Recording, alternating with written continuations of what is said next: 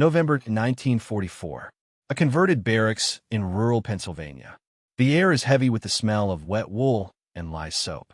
For weeks, this had been the only scent Annalise knew, a coarse chemical smell that clung to her skin and hair, a constant reminder of transit. Her uniform, a field gray nurse's smock, was stiff with salt from the sea voyage, then gritty with dust from the train. She had stopped noticing. A body learns to ignore its own discomfort. A necessity. But here, a new smell cut through the grime.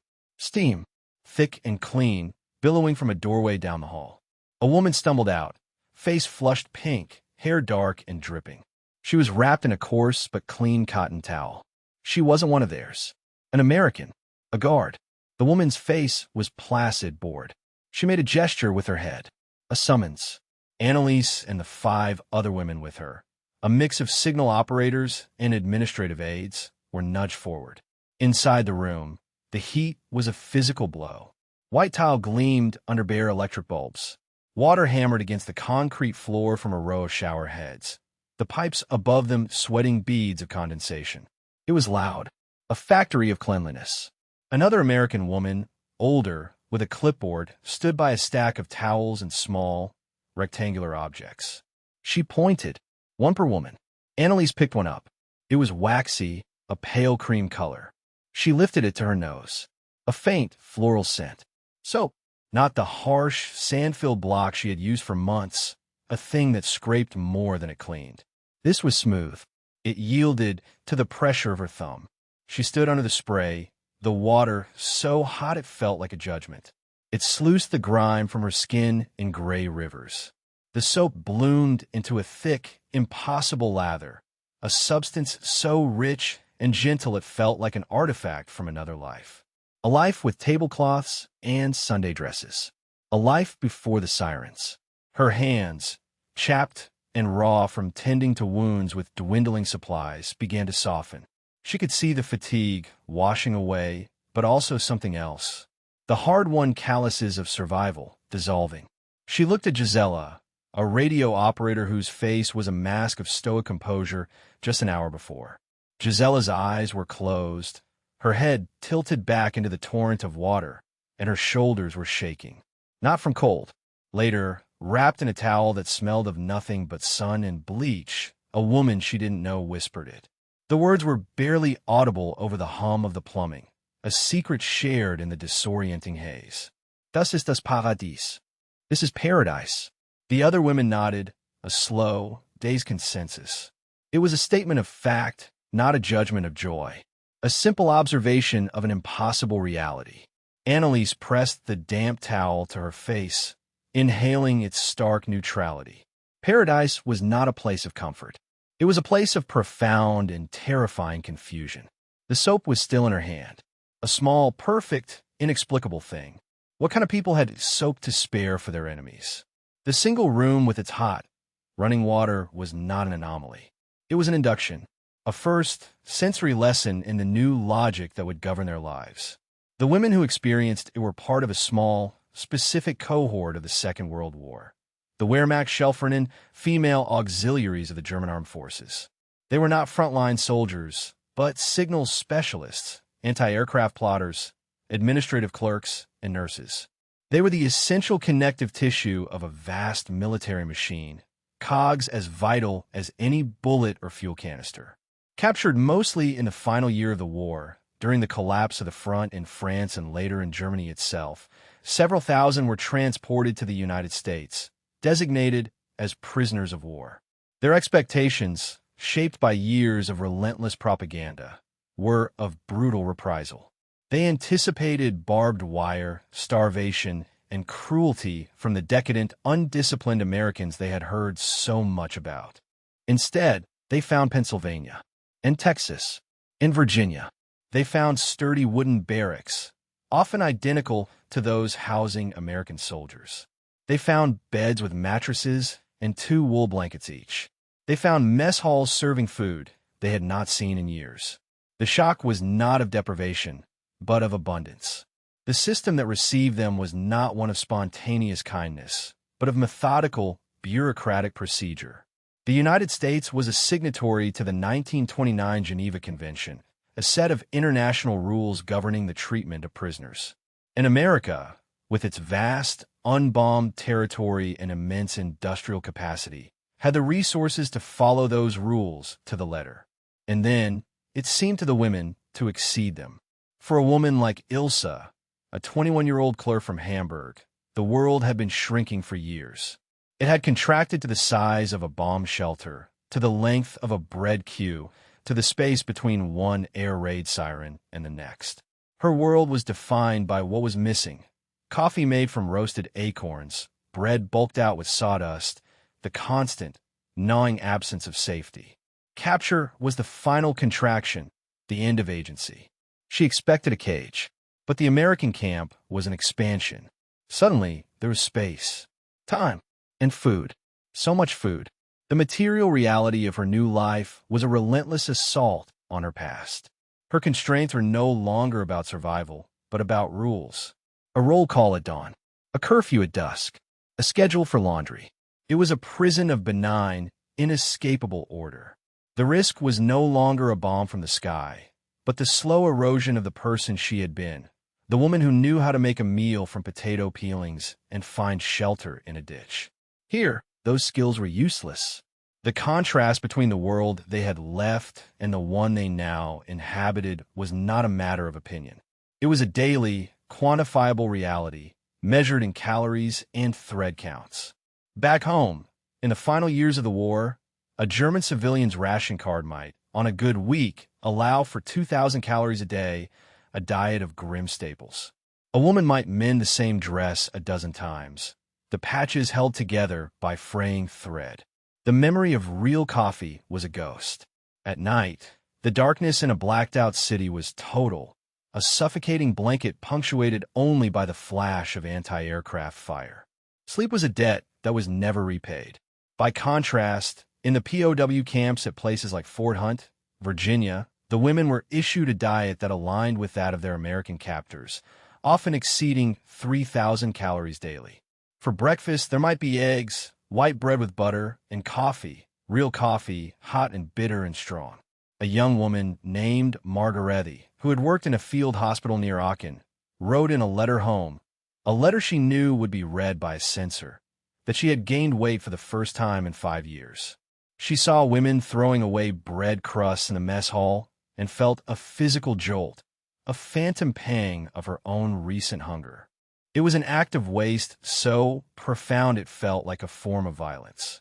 The contrasts were stitched into the fabric of their lives. A German nurse's uniform, worn for months on end, was a patchwork of repairs, the fabric thin and faded. In the camp, she was issued American-made work clothes, simple but sturdy, made of denim or cotton that felt impossibly robust. The soap was just the beginning. There was toothpaste. There were sanitary supplies, distributed on a regular schedule.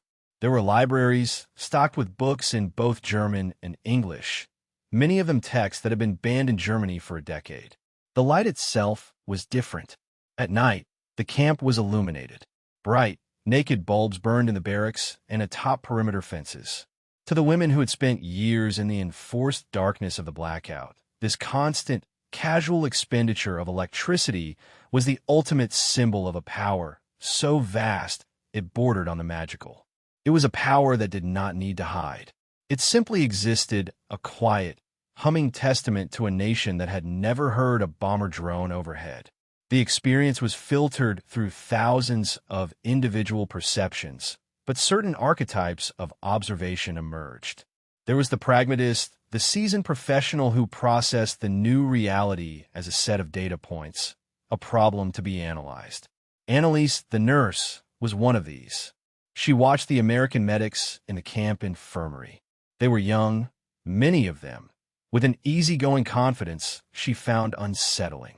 They used disposable supplies with an abandon that bordered on sinful. She saw a young male orderly drop a roll of sterile gauze on the floor and simply toss it in the bin, retrieving a new one from a cabinet overflowing with boxes. Annalise's mind did a quick, instinctive calculation. That single roll of gauze represented a full day's supply for her entire ward on the Western Front. She didn't feel anger. She felt a cold, clear sense of defeat.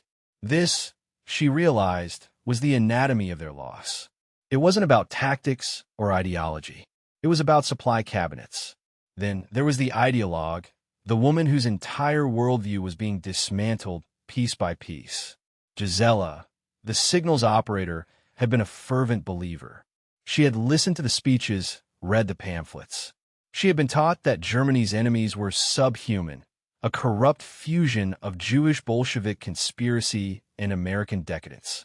Now, her guard were teenage boys from Ohio who chewed gum and showed her pictures of their girlfriends. They were not the monsters of propaganda. They were clumsy, often bored, and possessed a startling ignorance of the world beyond their own shores. One guard, seeing her mend a tear in her stocking with meticulous care, asked her why she bothered. "They'll just give you a new pair." This casual statement, for Gisela, was more disorienting than any interrogation. It chipped away at the bedrock of her convictions. How could a nation of such unserious people, a people who treated material goods as disposable, have possibly won the war? A third type emerged: the mother, the sister, the daughter. This was Ursula, who had been a clerk in the Luftwaffe administration in Paris. Her every waking thought was a line cast back across the Atlantic to her two small children in Berlin. Every meal she ate was a meal they were not eating. The white bread felt like ash in her mouth. The warm bed was a bed of coals. The safety of the camp was not a comfort, but a source of profound, unending guilt. She would watch the American guards laughing, playing baseball in their off hours, and what she saw was not a display of humanity, but a tableau of oblivious privilege. They were safe. Their families were safe. And her family was in a city of rubble, facing the wrath of the Red Army. Her internal monologue was a frantic prayer, a constant weighing of her own relative comfort against the imagined horrors her loved ones were enduring. This paradise was her personal hell. The machinery that produced this disorienting reality was built on a foundation of international law, American industrial might, and strategic foresight. The 1929 Geneva Convention was the blueprint. It was a document born from the horrors of the First World War, an attempt to codify a baseline of humane treatment for captured combatants. Its articles were precise. Prisoners were to be protected from violence and insults, housing conditions comparable to their captors' own troops, and provided with adequate food and medical care. The system was not about compassion. It was about reciprocity and rules. The U.S. government, aware that hundreds of thousands of American soldiers were in German hands, had a pragmatic interest in upholding the convention. Adherence was a shield for their own men. But for the German women in the American camps, the why was less important than the how. They observed the system with the trained eyes of people who came from a highly organized, bureaucratic state. They recognized the patterns. They saw the supply trucks arriving on a predictable schedule, a logistical miracle in a world where they had seen entire divisions stalled for lack of fuel. They filled out forms in triplicate. They were subject to inspections by delegates from the International Red Cross, who would interview them and check the camp's kitchens and infirmaries. This was not the arbitrary cruelty they had been led to expect. It was something far more unnerving, an impersonal, efficient, and well-resourced system. The schematic metaphor that came to mind for a woman like Ilsa, who had worked in quartermaster logistics, was that of a well-oiled conveyor belt. They had been scooped up from the chaos of a collapsing front, deposited onto ships, processed through intake centers, and placed onto this belt. It moved at a steady, unhurried pace. It delivered food, clothing, and shelter at predictable intervals. The American guards were not so much wardens as they were mechanics, present to ensure the conveyor belt ran smoothly. Their kindness, when it appeared, felt less like a personal gesture and more like a required system lubricant. Their indifference felt like a feature, not a bug. This system wasn't designed to make them happy. It was designed to contain them with minimum friction. The ultimate goal, they began to suspect, was not to punish them, but simply to manage them as a human resource problem until the war was over. And in its very efficiency, its overwhelming material superiority, the system broadcast a single, constant message: we are powerful. You are not. The stark contrast between their past and present lives extended beyond the material. It began to reshape their sense of time, work, and purpose. In Germany, their work had been a matter of national survival. A nurse at a field hospital worked until she collapsed, her hands deep in the reality of torn bodies and dwindling morphine. A signals operator decoded messages that could mean the life or death of a battalion, her mind racing against the clock, fueled by adrenaline and ersatz coffee. Their labor was fraught with immense consequence. It mattered. In the Pennsylvania camp, work was a remedy for boredom. It was a management tool. The women were assigned tasks: kitchen duty, laundry service, tending the camp's vegetable garden, mending clothes in the sewing room. The work was not arduous. It followed a predictable 8-hour day, a concept that felt foreign and luxurious. But it was stripped of all meaning. Peeling a mountain of potatoes for the mess hall was not a contribution to a vital war effort. It was just a way to pass a Tuesday. The skills that had once defined them, that had made them valuable members of the Wehrmacht, were now irrelevant. Gisela's nimble fingers, trained for the complex keys of an Enigma machine, grew clumsy sorting socks. Annelise's diagnostic eye, capable of triaging dozens of wounded soldiers in minutes, was now used to spot wilted lettuce. This shift created a new kind of psychological burden. The physical safety and material comfort came at the cost of purpose. The constant, high-stakes stress of a war was replaced by a low-grade, pervasive ennui. For some, this was a relief, a welcome shedding of unbearable responsibility. But for others, it was a profound disorientation. Their identity had been forged in the crucible of meaningful work under extreme pressure. Who were they without it? They were prisoners, not just of the American army, but of a new, benign emptiness. The hot showers washed away the dirt, but the purposelessness was a stain that set deep in the soul. One woman was overheard saying, "In Germany, I was afraid I would die. Here, I am afraid I will be forgotten." The paradise they were learning had a price, and it was paid with their own sense of self. This chasm between expectation and reality generated a constant, low-level ideological friction. The entire edifice of National Socialist propaganda, which had structured their understanding of the world for 12 years, began to crack under the weight of daily experience. They had been taught that Americans were a mongrel race, culturally bankrupt, materially decadent, and militarily incompetent, their strength a fragile illusion. But the evidence of their own eyes told a different story. The sheer organizational power required to transport, house, and feed thousands of prisoners across an ocean spoke of a competence that was anything but illusory. The material abundance, from the endless supply of white bread to the gasoline for the guards' jeeps, was not a sign of weakness, but of an economic engine so powerful it was beyond their comprehension. This forced a painful internal recalibration. A woman would watch a young guard struggle to understand a simple sentence in German and feel a flicker of condescending superiority.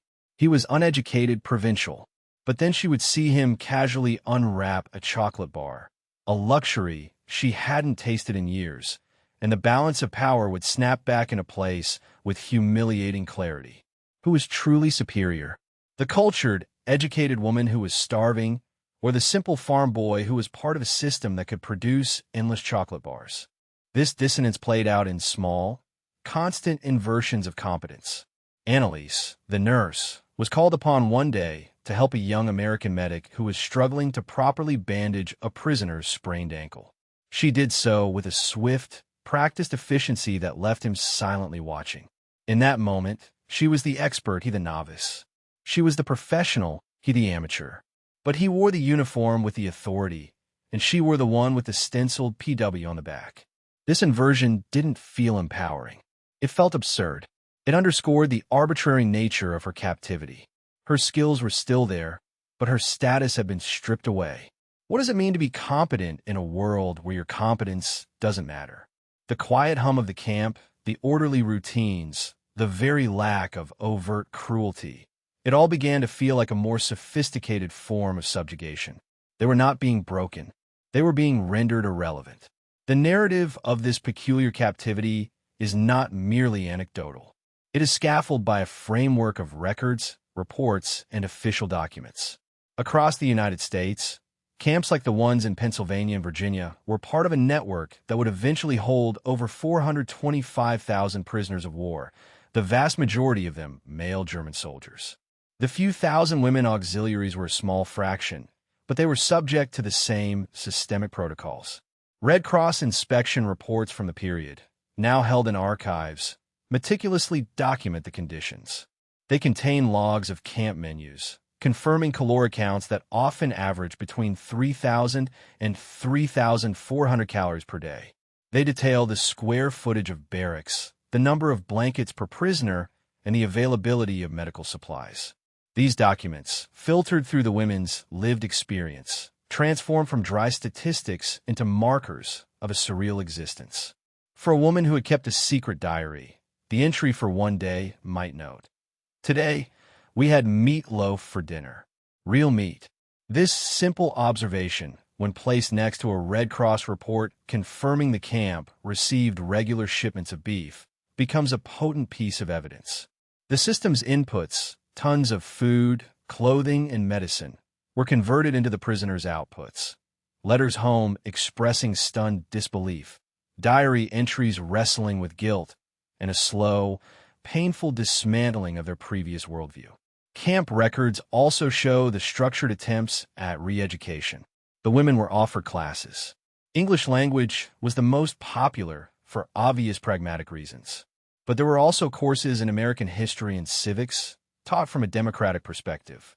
They had access to camp libraries, where the shelves held books by authors like Thomas Mann and Erich Maria Remarque, whose works had been burned by the Nazi regime. A woman who had been a teenager during the book burnings could now hold a forbidden text in her hands. She might read a novel that portrayed the First World War not as a glorious struggle, but as a brutal, pointless slaughter. This quiet act of reading, in a warm, well-lit room, was a more powerful form of denazification than any angry lecture could ever be.